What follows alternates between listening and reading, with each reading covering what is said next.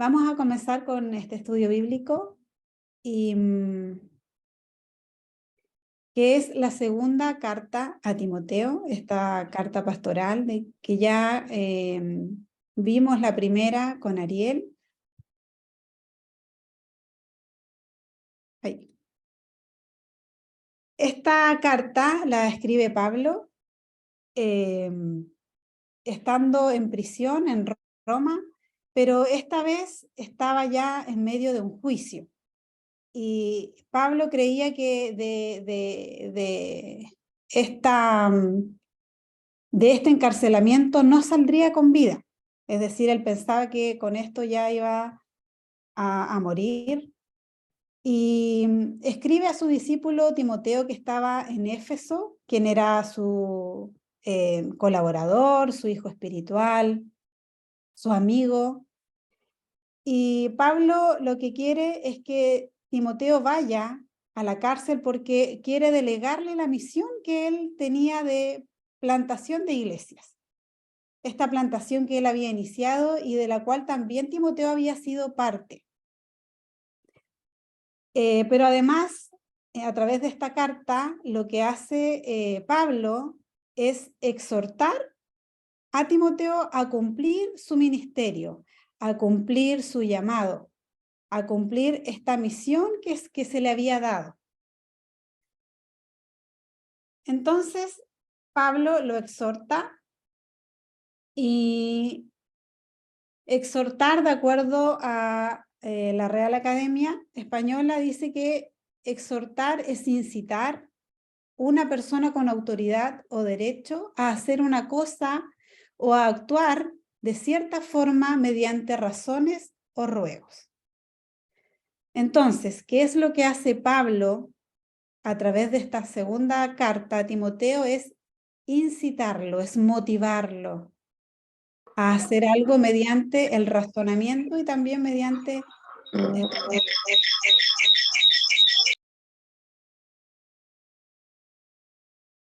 Primero, vamos a ver ciertas exhortaciones que hay en esta segunda carta a Timoteo. Hay más, o quizás podrían haber menos, depende cómo nosotros, ¿verdad?, la organicemos. Yo la he organizado de esta forma. Y vamos a ver 5 formas que están dentro de los capítulos 1 y 2 de esta carta segunda de Timoteo. Ya luego el próximo martes vamos a continuar con los otros capítulos. Primero, Pablo exhorta a avivar el don de Dios en Timoteo. Segunda de Timoteo 1, del 6 al 7, dice: por eso te recomiendo que avives la llama del don de Dios que recibiste cuando te impuse las manos, pues Dios no nos ha dado un espíritu de timidez, sino de poder, de amor y de dominio propio. Primero, podemos ver acá que Pablo le dice que avive la llama del don de Dios. ¿Pero a qué se refiere esto con don de Dios? Ya hemos visto a lo largo, ¿verdad?, de estas aulas bíblicas, también en las reuniones que tenemos, que don se refiere a regalo, ¿verdad? Es un regalo que Dios nos da por gracia, es decir, no es algo que nosotros hayamos merecido, no es algo que nosotros, ¿verdad?, hayamos, no sé, hecho algo para recibirlo, sino que simplemente es por gracia, es por amor, es porque Dios quiere darnos estos regalos. Y este primer regalo, por decirlo de una forma, este macro regalo es su Espíritu Santo, ¿ya? Entonces, podemos ver acá que el regalo máximo es su Espíritu Santo, es decir, la persona del Espíritu Santo.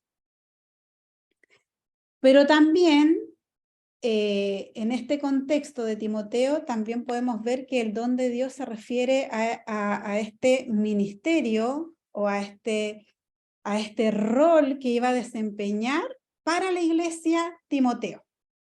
Entonces, ¿qué le está diciendo acá? Pablo a Timoteo lo está animando, lo está incitando a que utilice este regalo, este don. el avivar la llama del don de Dios no es por arte de magia, sino que es una actividad voluntaria. Es algo que Timoteo tenía que hacer. Y así mismo pasa con nosotros. Nosotros, ustedes van a ir viendo a lo largo del tiempo que tienen dones, ¿verdad? Que tienen un llamado, y qué tienen que hacer ustedes con ese don, con esos dones o con ese llamado, es ponerlo en práctica. Y esto es algo voluntario, es algo consciente. También en este avivar el don de Dios, Pablo le dice a Timoteo que retome fuerzas de este llamado. Es decir, que, valga la redundancia, lo ponga en práctica, que lo ejecute, que lo lleve a cabo. Lo está motivando a esto, a que use este liderazgo que Dios le ha dado a través de esta gracia de la cual hablé hace un momento. Filipenses 4:13 dice que todo lo puedo en Cristo que me fortalece. Es decir, entonces, retomando o recapitulando este punto, lo que está diciéndole Pablo a Timoteo es que el llamado que él tiene a liderar las iglesias, a pastorear, a ordenar las iglesias, tiene que ponerlo en práctica y llevarlo a cabo en este tiempo en el cual él piensa, que ya no va a estar, y que en el fondo ahora él tiene que tomar este mando que habían hecho juntos a lo largo de más de una década, más de 10 años habían estado juntos, ¿verdad? Levantando iglesias, procurando que la sana doctrina, ¿verdad?, se llevara a cabo en estas iglesias, enseñando, como veíamos la semana pasada, cuidando la fe tanto de él como de las personas que estaban allí, motivándolo a las disciplinas espirituales que también él tenía que motivar a otros, ¿verdad?, para que las llevaran a cabo. Entonces acá está haciendo esto de motivarlo, de animarlo, de instarlo a que en el fondo cumpliera su llamado.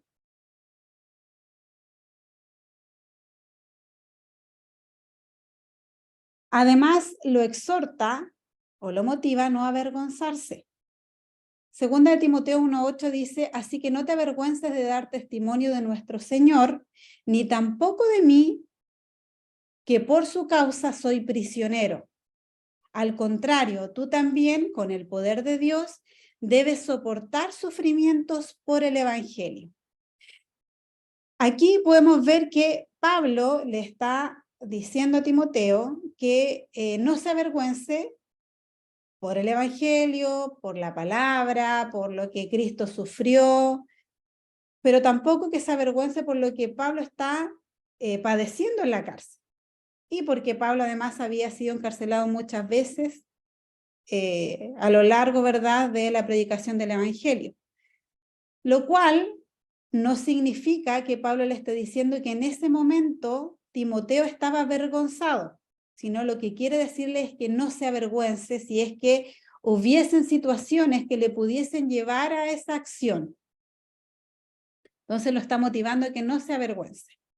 Además lo motiva o lo exhorta a predicar de Jesucristo pese al costo o las consecuencias que esta predicación del Evangelio pudiese traerlo. Es decir, consecuencias como el rechazo, consecuencias como la prisión e incluso la muerte, tal como Pablo lo estaba padeciendo en este momento.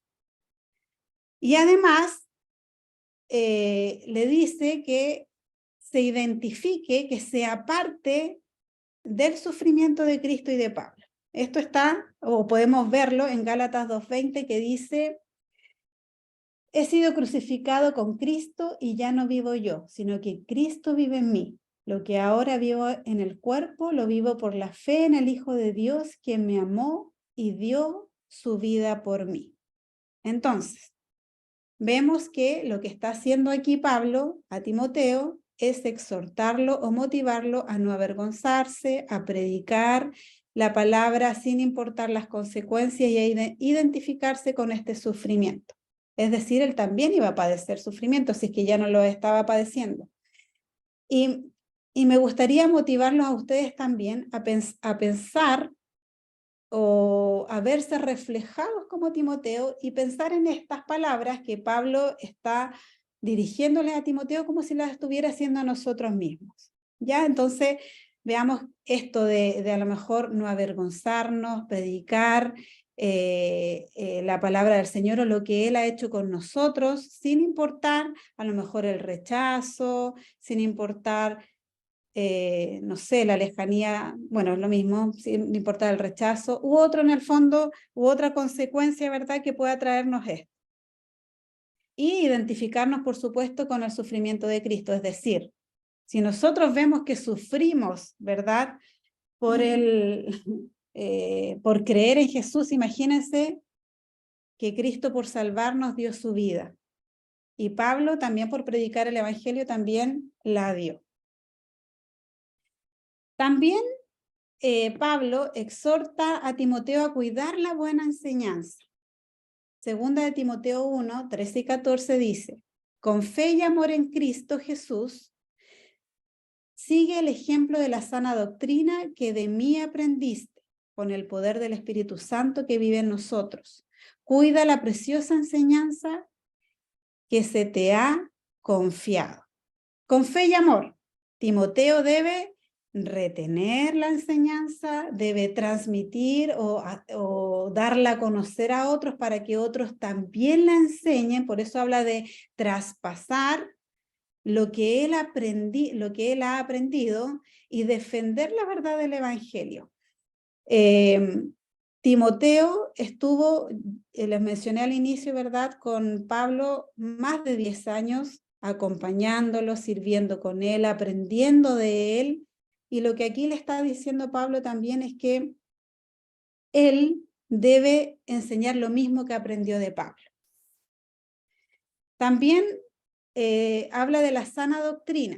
¿Y por qué habla de la sana doctrina? Es decir, que había también una doctrina incorrecta. Pues sí, habían falsos maestros, ¿verdad?, que enseñaban de acuerdo a sus propias opiniones y que llevaban a este evangelio,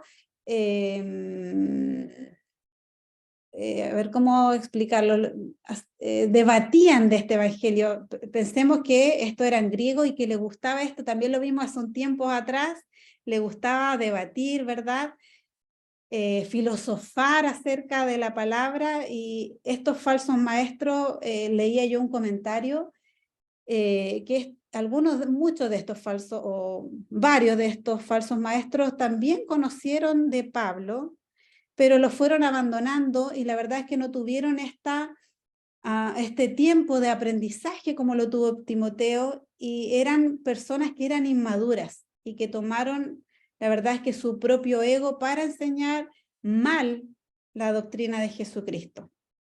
A diferencia de Timoteo, que fue creciendo y madurando, ¿verdad?, y que finalmente Pablo le confía a él estas plantaciones de iglesia que él había iniciado.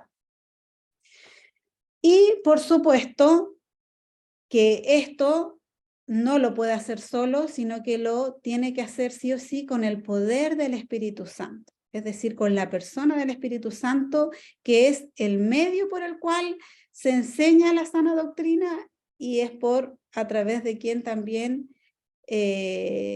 está la autoridad y el poder de ella.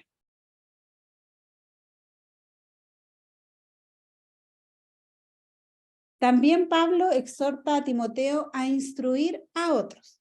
Segunda de Timoteo 2, del 1 al 2 dice, así que tú, hijo mío, fortalécete por la gracia que tenemos en Cristo Jesús. Lo que me has oído decir en presencia de muchos testigos, encomiéndalo a creyentes dignos de confianza, que a su vez estén capacitados para enseñar a otros. Timoteo, como mencioné en la lámina anterior, debe enseñar a otros lo que escuchó, es decir, no es algo que debe quedar para él y que solamente él debe impartir verdad a estas iglesias, sino que lo que le encarga a Pablo es que él tiene que instruir, tiene que capacitar, tiene que transmitir para que otros también lo hagan, para que este evangelio corra y no quede estancado. Y en este sentido, Timoteo debe preparar a otros para este ministerio y con esta sana doctrina. Es decir, tiene que depositar esta confianza a personas que sean maduras. Y yo puse acá que el crecimiento viene de Dios y no de la inteligencia humana. Es decir, esto en contraste de lo que yo les contaba hace un momento atrás, que muchos de estos maestros la verdad es que tomaban lo poco y nada que sabían y empezaban a enseñar mezcolanzas, Macedonia, por decirlo así, entre la verdad bíblica y entre lo que ellos querían creer. ¿Ya? Entonces acá es importante que estos creyentes que son dignos de confianza, en el fondo son personas que realmente aman la palabra, que tienen una comunión con el Señor y que dan fruto, que ya se ve una madurez en estas personas. Recuerden que también esto lo estamos viendo, lo estamos visualizando como en nuestra propia vida. ¿Ya? Y además, Pablo exhorta a Timoteo a aceptar y compartir el sufrimiento. A aceptar y compartir el sufrimiento. Segunda de Timoteo 2, del 3 al 6, dice: comparte nuestros sufrimientos como buen soldado de Cristo Jesús.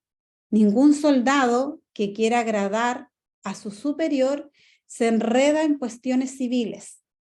Asimismo, el atleta no recibe la corona de vencedor si no compite según el reglamento. El labrador que trabaja duro tiene derecho a recibir primero parte de la cosecha. Ningún soldado, ningún atleta, ningún labrador. Pablo utiliza aquí 3 ejemplos ocupacionales para motivar a Timoteo.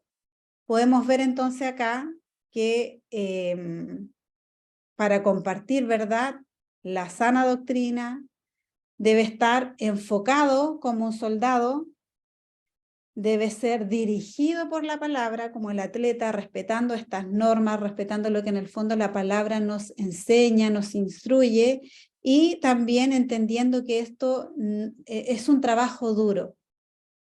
El trabajo que estaba encomendado para Timoteo era un trabajo de harta responsabilidad. Pensemos que, como vimos también la semana pasada y antepasada, Timoteo debía combatir esto en Éfeso, que era una de las iglesias, ¿verdad?, que había plantado Pablo junto con él. Era plantado, cuando hablamos de plantado, es cuando inicia una iglesia, como nosotros, por ejemplo, como Sal y Luz. Y esta iglesia, la verdad, es que estaba confundida con distintas doctrinas. Entonces, iba a requerir, la verdad, de que iba a requerir de un arduo trabajo por parte de Timoteo, en el sentido de que él iba a tener que tener esta fuerza, esta capacidad que dijimos anteriormente, que es dada por el Espíritu Santo para poder enfrentar lo que allí estaba pasando. De hecho, Pablo había ido a Éfeso cuando lo tomaron preso en esta segunda, antes de esta segunda carta, y uno de las personas que estaban liderando allí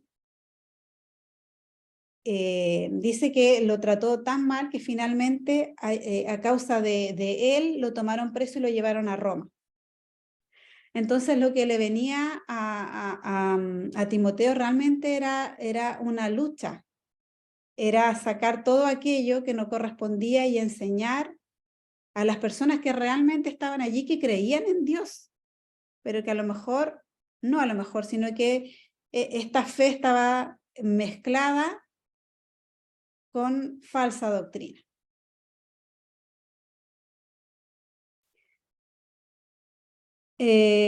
dentro de la misma exhortación, segunda de Timoteo 2 del 11 al 13 dice, este mensaje es digno de crédito. Si morimos con él, también viviremos con él. Si resistimos, también reinaremos con él. Si lo negamos, también él nos negará. Si somos infieles, él sigue siendo fiel, ya que no puede negarse a sí mismo. Si vemos este texto, a mí cuando yo lo leo, la verdad es que pienso en que Pablo le está diciendo a Timoteo que se una, ¿verdad? Listo. Que se una a este trabajo, que se una a esta misión, que se una a este ministerio, ¿verdad? Entendiendo lo que va a pasar, entendiendo siendo consciente, lo voy a avanzar para que podamos pensar en esto, siendo consciente de que hay algunos aspectos, como por ejemplo el sufrimiento, y por eso hablamos de que él le dice que acepta el sufrimiento, que va a ser algo también que puede pasar y que es algo normal para cualquier creyente. Es decir, quienes creemos en Jesucristo no estamos exentos de sufrir, pero aún así, con todo lo que él iba a tener que pasar o que podía pasar, Timoteo, en el fondo lo está invitando a ser parte. Porque finalmente, y me gusta esta parte, también reinaremos con él si resistimos. La verdad es que esto de creer en Jesucristo no es algo momentáneo, no es porque se nos ocurra nada más, sino es porque entendemos el sacrificio y entendemos la trascendencia que esto tiene. Muchas personas, y escuchaba el otro día una conversación, muchas personas no saben lo que les espera después de la muerte, y eso la verdad es que les angustia y no les deja vivir tranquilos la muerte. Pero nosotros sabemos que nosotros no moriremos, sino que tenemos una vida eterna y que finalmente reinaremos juntamente con Cristo. Que debemos avanzar, que debemos crecer y que debemos llegar hasta esta meta. Siendo conscientes de lo que nos puede pasar. Quizás acá, donde nosotros vivimos en Chile, quizás no nos van a perseguir hasta el punto de matarnos, pero hay otros lugares en que sí, la persecución es así. Pero aún así nosotros también sufrimos otro tipo de consecuencias por seguir a Jesucristo. Y creo que una de las más recurrentes es el rechazo, la burla también, la discriminación. Y hice una pregunta acá para que también vayamos reflexionando y pensando también. ¿Debemos soportar sufrimientos por el Evangelio? Y sí, como cristianos debemos reconocer al sufrimiento como algo normal, como mencionabas un ratito atrás. Pero ¿por qué sufrimos? Primero, sufrimos por nuestros pecados, es decir, obviamente nuestras acciones traen consecuencias y cuando pecamos, pecar es cerrar al blanco, es decir, nosotros estamos destinados para algo y hacemos otra cosa. Por ejemplo, no sé, nuestro fin es glorificar a Dios y en el fondo nos dejamos guiar por nuestros propios deleites. Eso es pecar, es cerrar en el blanco. En el fondo es no hacer lo que la palabra nos enseña. Entonces, el no hacer lo que la palabra nos enseña, obviamente, en algunos casos no vamos a ser conscientes porque no vamos a conocer. Quizás cuando no somos conscientes podemos tener vergüenza, pero cuando ya conocemos la palabra y no la queremos considerar, la verdad es que eso sí o sí va a traer consecuencias. Y no necesariamente consecuencias físicas, sino que también, por supuesto, espirituales, sentimentales, emocionales. Sin embargo, el sufrimiento no solo es por el pecado, o no significa que todos los problemas que tenemos es por el pecado. ¿Por qué además sufrimos? Para que se manifieste la gloria de Dios.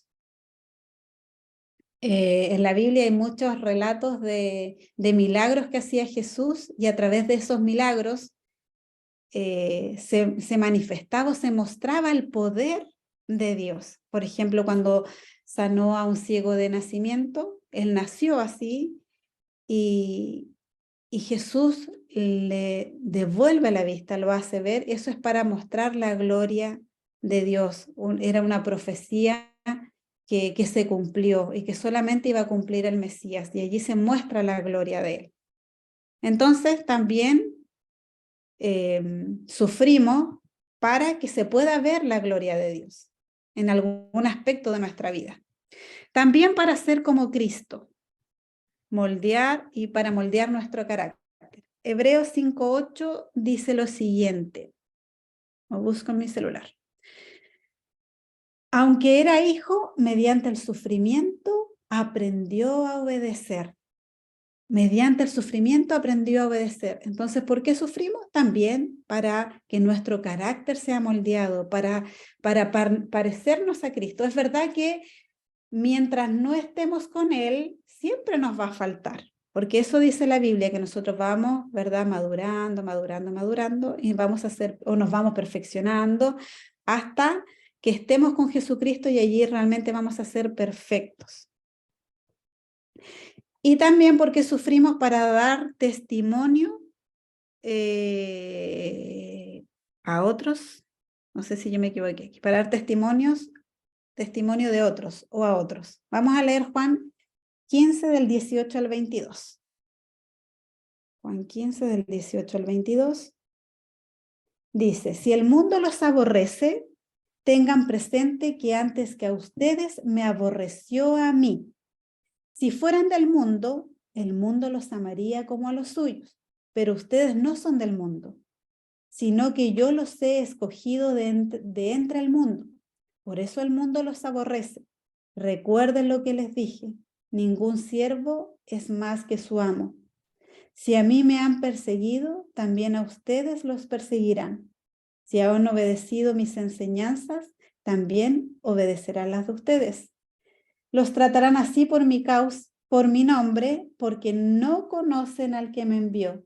Si yo no hubiera venido ni él les hubiera hablado, no serían culpables de pecado. Pero ahora no tienen excusa por su pecado. Es decir, si nosotros podemos, ¿por qué otros no pueden? Y eso es algo que finalmente cuando estemos con Dios nos va a decir, o les va a decir a aquellos que dicen, pero Señor, nunca escuché, nunca me hablaron de esto, o yo no lo entendía, pero allí Él va a decir, pero ¿cómo? Si esta persona te habló, o lo viste a través de esta otra persona, entonces no va a tener excusa. Y por último, como señal de los últimos tiempos. ¿Por qué sufrimos? Porque es una señal de los últimos tiempos, es decir, ahí estoy aceptando a alguien, es decir, que el sufrir es parte, ¿verdad?, de darnos cuenta de que estamos en un periodo final, y esto lo dice en Marcos 13:8. Se levantará nación contra nación y reino contra reino. Habrá terremotos por todas partes, también habrá hambre. Esto será apenas el comienzo de los dolores. Entonces, ¿debemos soportar sufrimiento por el Evangelio? Por supuesto. ¿Por qué sufrimos? Por nuestros pecados, para que se manifieste la gloria de Dios, para ser como Cristo, para moldear nuestro carácter, para testimonio de otros y como señal de los últimos tiempos. Finalmente, para reflexionar, vienen algunas preguntas y que me gustaría que si ustedes pudieran comentarnos, para nosotros sería genial poder escucharles. Y las preguntas son, ¿te avergüenzas o te has avergonzado del Evangelio? ¿Has hablado a otros de Jesús o de lo que Él ha hecho en tu vida? ¿Has sentido que no avanzas? Dejo el micrófono abierto.